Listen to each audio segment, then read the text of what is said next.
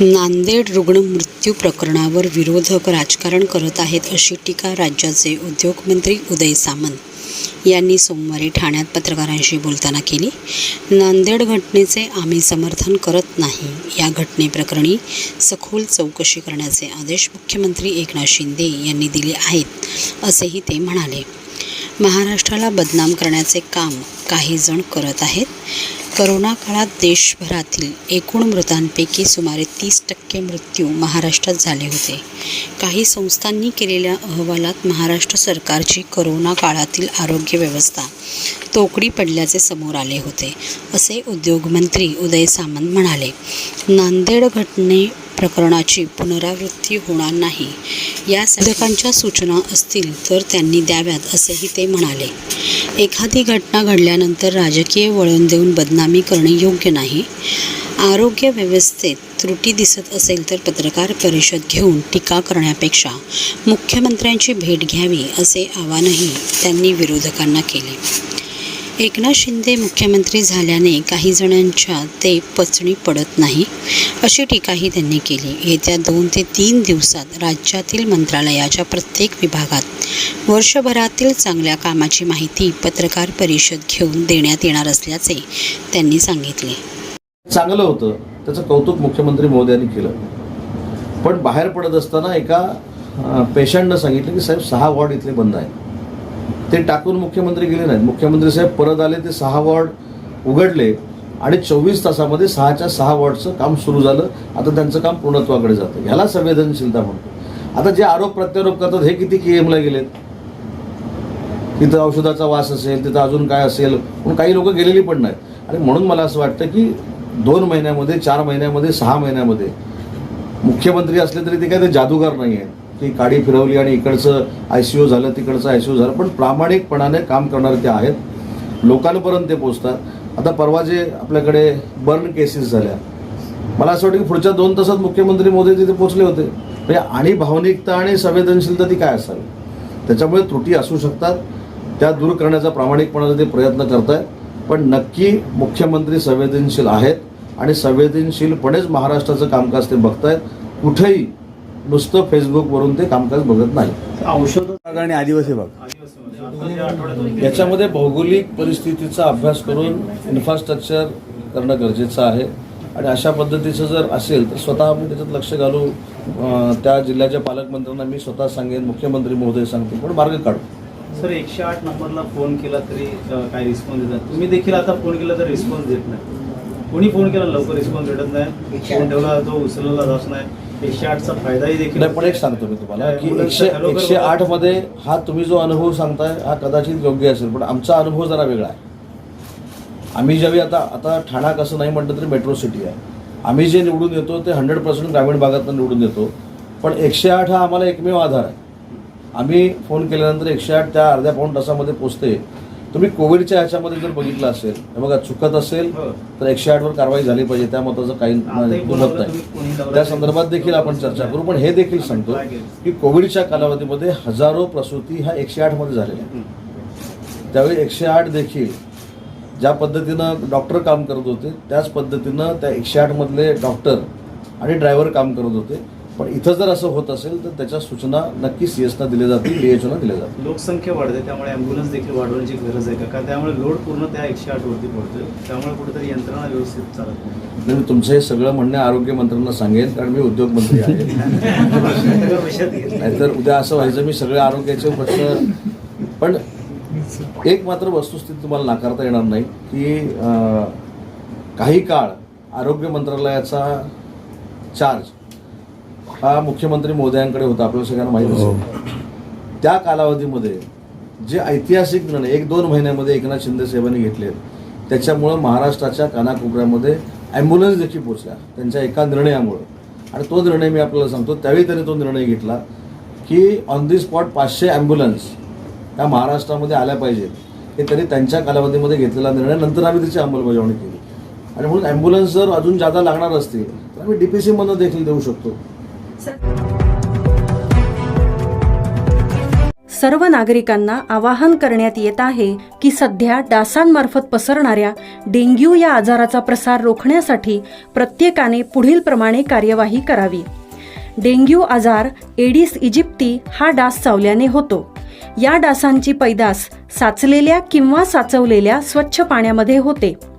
8 दिवसांपेक्षा जास्त दिवस पाणी उघडे व साचून राहिल्यास त्यात डास अंडी घालतात. अंड्यांच्या अळ्या तयार होऊन पुढे डास तयार होतात. यासाठी आपल्या घरातील पाणीसाठे उदाहरणार्थ बॅरल्स, पिंपे, टाक्या, हौद, रांजणे इत्यादी दर आठवड्याला रिकामे करून घासून पुसून कोरडे करून पुन्हा भरावे. 1 दिवस कोरडा दिवस म्हणून पाळावा. पाणी साठ्यांना घट्ट झाकणे बसवावीत किंवा जुनी साडी, चादर, धोतर यांनी बांधून झाकून ठेवावीत, म्हणजे डास त्यात जाऊन अंडी घालणार नाहीत. घराच्या गच्चीवर, आजूबाजूला, अंगणात कोठेही पाणी साचू देऊ नये. भंगार सामान उघड्यावर टाकू नये. उदाहरणार्थ टायर्स, प्लास्टिक सामान, कुंड्या, टाकाऊ वस्तू इत्यादी. अशा सामानात पावसाचे पाणी साठून त्यात डेंग्यूच्या डासांची पैदास होते. घरातील कूलर्स, फ्रीजच्या पाठीमागील ट्रे हे देखील वेळोवेळी कोरडे करावेत. लक्षात ठेवा, नुसत्या फवारणीने डास घनता कमी होत नाही, तर त्यासाठी डास पैदास ठिकाणे नष्ट करणे ही आपल्या सर्वांची जबाबदारी आहे. कोणताही ताप अंगावर न काढता जवळच्या शासकीय रुग्णालयात मोफत औषधोपचार घ्या. अशा प्रकारे नागरिकांनी सहकार्य केल्यास डेंग्यूचा प्रसार रोखणे सहज शक्य आहे.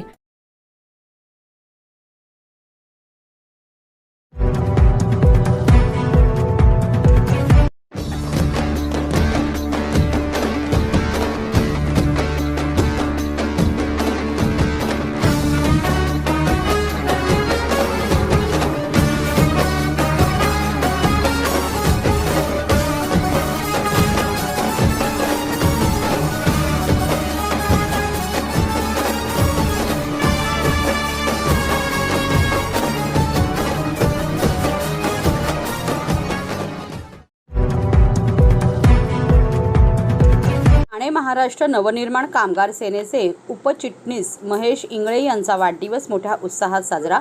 मनसेचे प्रभाग क्रमांक 11चे अध्यक्ष आणि ठाणे महाराष्ट्र नवनिर्माण कामगार सेनेचे उपचिटणीस महेश इंगळे यांचा वाढदिवस मंगळवार 10 तारखेला वृंदावन सोसायटी येथे मोठ्या उत्साहात पार पडला. यावेळी केक कापून आणि अभिष्टचिंतन करून परिसरातील नागरिकांनी आणि मनसेच्या कार्यकर्त्यांनी हा वाढदिवस साजरा केला. त्यांना शुभेच्छा देण्यासाठी ठाणे पालघर जिल्हा अध्यक्ष अविनाश जाधव, ठाणे शहर अध्यक्ष रवींद्र मोरे व इतर पदाधिकारी उपस्थित होते.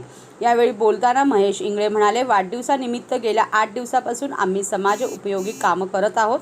मुलींच्या शाळा, स्वच्छतागृह, कॉलेज या ठिकाणी मी आणि माझी पत्नी मिळून संस्थेच्या आणि पक्षाच्या वतीने सॅनिटरी पॅड, वेडिंग मशीनचे वाटप केले आहे. त्याचबरोबर तरुण मुली आणि मुलांसाठी स्वसंरक्षणाचे शिबिर घेतले आहे, जेणेकरून ते स्वतःचा बचाव करू शकतात. तसेच आजच्या या व्यस्त, टेन्शन आणि धावपळीच्या जीवनात हार्ट अटॅक येण्याची शक्यता असते. त्यासाठी तात्काळ करायच्या उपाययोजनेचे प्रशिक्षण शिबिर घेतली आहेत. पक्षाचे ठाणे जिल्हा अध्यक्ष अविनाश जाधव यांनी सुद्धा त्यांना पक्षाच्या वतीने शुभेच्छा दिल्या. यावेळी परिसरातील ज्येष्ठ नागरिक मोठ्या प्रमाणात उपस्थित होते. मी वाढदिवस आज माझा 10 तारखेला आहे, पण मी मागच्या 8 दिवसापासून विविध कार्यक्रम करतो आहे. जसं की मी अनेक ठिकाणी शौचालय असतील, शाळा असतील, गर्ल्स स्कूल असतील, ज्युनियर कॉलेजेस असतील, तिकडे माझ्या मिसेस आणि मी आम्ही मिळून संस्थेच्या माध्यमातून आणि पक्षाच्या माध्यमातून सॅनिटरी पॅड, वेंडिंग मशीन्स आम्ही मोफत तिकडे दिलेत आणि प्रत्येकी 1000 पॅड त्याच्यासोबत आम्ही दिलेत. त्याचबरोबर आम्ही आता 2 दिवसापूर्वी सेल्फ डिफेन्सचा कार्यक्रम घेतला, मुलींसाठी खास करून आणि यंग मुलं आणि मुलींसाठी, जेणेकरून त्यांची जे स्वतःची सुरक्षा ते करू शकतात. त्याचबरोबर आम्ही फर्स्ट एड ट्रेनिंग सेशन घेतलं तिकडे, की हल्ली आपण बघतो ह्या बिझी शेड्यूलमध्ये भरपूर कामाचं लोड असतं, लोकांना स्ट्रेस असतो, झोप वेळेवर होत नाही, खाणंपिणं आपलं सगळं चुकतं. त्यामुळे ना अगदी तरुण लोकांना पण हार्ट अटॅकसारख्या गोष्टी होतात, चक्कर येते, BP हाय होऊन पडतात ते खाली. त्यामुळे जो मधला पिरियड असतो, आपण अशा वेळी घाबरून जातो की आपल्या घरात असं कोणाला झालं तर, डॉक्टर आणि ॲम्ब्युलन्स यायच्या मधला जो पिरियड असतो त्या पिरियडमध्ये आपल्याला कळायला पाहिजे की आपण त्या रोग्यावर किंवा त्या आपल्या घरातल्या व्यक्तीवर आपण काय उपाय केले पाहिजेत, याचंच प्रशिक्षण आम्ही देण्याचा प्रयत्न करत आहोत. आणि हा आता फक्त प्रभागापुरतं मर्याद न राहता आम्ही पूर्ण ठाणे शहरात जाधव साहेबांच्या मदतीने आम्ही हे सर्वत्र कार्यक्रम राबवणार आहोत. आणि आज इथे उपस्थित एवढ्या मोठ्या प्रमाणावर सगळे सिनियर सिटीजन्स आलेले, महिला आहेत, आमचे अध्यक्ष आहेत, रवी मोरे साहेब आहेत आमचे शहर अध्यक्ष, आमचे विभाग अध्यक्ष निलेश चव्हाण साहेब आहेत, आमचे सचिन कुरेल, असे सगळे विविध पक्षाचे पदाधिकारी पण आलेत. पण मला खूप आनंद झाला आहे आणि आज खरंच सांगतो माझा वाढदिवस सक्सेस झाला असं मला वाटतं. महेश इंद्रेंचा आज वाढदिवस आहे, काय त्यांना शुभेच्छा द्या? मला असं वाटतं की महेशला मी शुभेच्छा देण्यापेक्षा महेशनी त्याचा वाढदिवस हा सार्थकी लावलेला आहे. अनेक लोक वाढदिवस दारूच्या पार्ट्या देऊन करतात. महेशनी मागील 7 दिवसांपासून समाज उपयोगी कार्यक्रम घेतले आणि त्या कार्यक्रमाच्या माध्यमातून महेश असेल, आमची सीमाताई असेल, त्यांनी लोकांपर्यंत पोहोचले, लोकांना आवश्यक असलेल्या गोष्टी त्यांच्यापर्यंत पोहोचवल्या, महिलांना आवश्यक असलेल्या गोष्टी त्यांच्यापर्यंत पोहोचवल्या. आणि हाच खरा वाढदिवस असतो. कधीही आपला वाढदिवस असतो तो एक संकल्प असला पाहिजे आणि त्याचा उपयोग लोकांना झाला पाहिजे. तो मागील 10 वर्षापासून हे जोडपं उत्तम काम ह्या भागामध्ये करतंय आणि मला पूर्ण खात्री आहे की भविष्यातही दोघं मिळून समाजासाठी आवश्यक असलेल्या गोष्टी यांच्या दोघांच्याही मदतीने लोकांपर्यंत पोहोचतील. महेशला माझ्याकडून, संपूर्ण पक्षाकडून वाढदिवसाच्या खूप खूप शुभेच्छा. राज्य उत्पादन शुल्क कोकण विभाग भरारी पथकाची कारवाई, 55 लाखांचा मुद्देमाल जप्त. 10 ऑक्टोबर 2023 रोजी राज्य उत्पादन शुल्क विभागीय भरारी पथक कोकण विभाग ठाणे यांनी वाडा रोड, अनगाव, तालुका भिवंडी, जिल्हा ठाणे येथे बेकायदेशीररित्या साठवून ठेवलेला वाईनचा मोठा साठा जप्त केला. या प्रकरणावरील माहिती मिळाल्यानंतर निरीक्षक श्री दिगंबर शेवाळे यांच्या मार्गदर्शनाखाली दुय्यम निरीक्षक S.J. जरांडे व त्यांच्या सहकारी स्टाफने खाजगी वाहनाने ध्वनी कॉम्प्लेक्स, शॉप नंबर 204, 205 व 206 वाडा रोड, अनगाव, तालुका भिवंडी, जिल्हा ठाणे येथे जाऊन छापा मारला असता सदर ठिकाणी मोठ्या प्रमाणात परदेशातील वाईनच्या 750 मिलीच्या 5288 बाटल्या आढळून आल्याने रमेंद्र कुमार रमाकांत तिवारी वय 48 वर्ष, रूम नंबर 3, विलास शेठ चाळ, किसन चौक, गणेशनगर, शेलारगाव, तालुका भिवंडी, जिल्हा ठाणे व 2 रियाज अली आबिद वय 55 वर्ष, राहणार म्हाडा कॉलनी, नंदीनाका, भिवंडी, तालुका भिवंडी, जिल्हा ठाणे यांना अटक करून परदेशातील वाईनच्या 750 मिलीच्या एकूण 5288 बाटल्यांसह रुपये 55,22,400 रुपये किमतीचा मुद्देमाल जप्त केला. दुय्यम निरीक्षक श्री विजय धुमाळ तसेच जवान हनुमंत गाडवे, नारायण जानकर, केतन वझे, संपत वनवे, नानासाहेब शिरसाट, विजय पाटील, सागर चौधरी, जवान निवाहन चालक यांनी पार पाडली.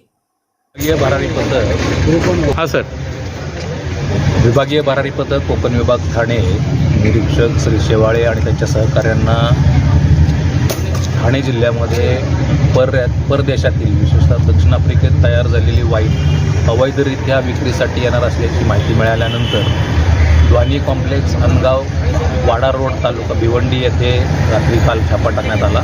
त्या ठिकाणी 5288 वाईनच्या विविध ब्रँडच्या बाटल्या जप्त करण्यात आलेल्या आहेत. ज्या बाटल्या महाराष्ट्रात विक्रीकरता नोंदणीकृत नाहीत अशा बाटल्या आणि ब्रँडच्या जप्त करण्यात आलेल्या आहेत. 2 आरोपींना अटक केलेली आहे. टोटल 55,22,400 रुपयाचा मुद्देमाल जप्त केलेला आहे. दोन्ही आरोपींना आज कोर्टासमोर आम्ही हजर करणार आहोत. त्यांच्या तपासात आणखीन या सगळ्या बेकायदेशीर वाईनच्या इम्पोर्टमध्ये कोण अधिकारी किंवा त्यांचे मालक सामील असतील त्यांच्या विरोधात देखील कायदेशीर कारवाई करणार आहोत. या प्रकारच्या बेकायदेशीर वाईनचा साठा, विदेशी मद्याचा साठा, देशी मद्याचा साठा जर कोणाला माहिती असेल तर सर्व नागरिकांनी राज्य उत्पादन शुल्क विभागाच्या ठाणे कार्यालयास किंवा मुंबई कार्यालयास गोपनीयरित्या माहिती कळवावी असं या निमित्ताने मी आपणास आवाहन करतो. ज्यांनी ही माहिती देतील त्यांचं नाव गोपनीय ठेवून त्या बेकायदेशीर व्यवसायांवर सक्त कारवाई केली जाईल हे या निमित्ताने मी आश्वस्त करू. उद्धव ठाकरे यांनी डोळ्यावर पट्टी बांधली आहे, त्यामुळे संजय राऊत त्यांना काय खरे काय खोटे सांगतात हे त्यांनाच समजत नाही. खऱ्या मालकाशी प्रामाणिक न राहता राऊत दुसऱ्याच मालकाशी अधिक प्रामाणिक असल्याचा आरोप शिवसेनेचे प्रवक्ते नरेश म्हस्के यांनी केला आहे. या भंगार व्यक्तीमुळेच पक्षाचे वाटोळे झाल्याचेही ते म्हणाले. ठाण्यात घेण्यात आलेल्या पत्रकार परिषदेत ते बोलत होते. संजय राऊत यांनी मुख्यमंत्री एकनाथ शिंदे यांच्यावर गद्दारी, बेईमानी हा अंगार नाही तर भंगार असल्याची टीका केली होती. त्यानंतर त्यांना म्हस्के यांनी प्रतिउत्तर दिले आहे. आम्ही ठिकाण बदललेलं नाही आहे. आमच्या दृष्टीने बाळासाहेबांचा विचार महत्त्वाचा आहे. दसरा मेळावा हा हिंदुत्वाचा विचार, हिंदुत्वाचं सोनं लुटण्याकरता शिवतीर्थावर या अशा पद्धतीची टॅगलाईन दसरा मेळाव्याची असायची. गेल्या वर्षीच यांनी त्या मैदानावरनं हिंदुत्व सोडलं, हिंदुत्वाचा विचार सोडला. आमच्या दृष्टीने विचार महत्त्वाचा आहे, जागा महत्त्वाची नाही. उद्धव ठाकरे धृतराष्ट्राच्या भूमिकेत आहेत आणि त्यांनी जो पाळलेला जो संजय आहे तो भंगार मनोवृत्तीचा आहे. अशी अनेक भंगार मनोवृत्तीची माणसं उद्धव ठाकरेंनी आपल्या सभोवताली गोळा केलेली आहेत आणि यांच्या भंगार मनोवृत्तीमुळे जो बाळासाहेबांचा मूळ हिंदुत्वाचा विचार होता हे उद्धव ठाकरे विसरलेले आहेत. ही वृत्ती भंगार मनोवृत्तीची आहे.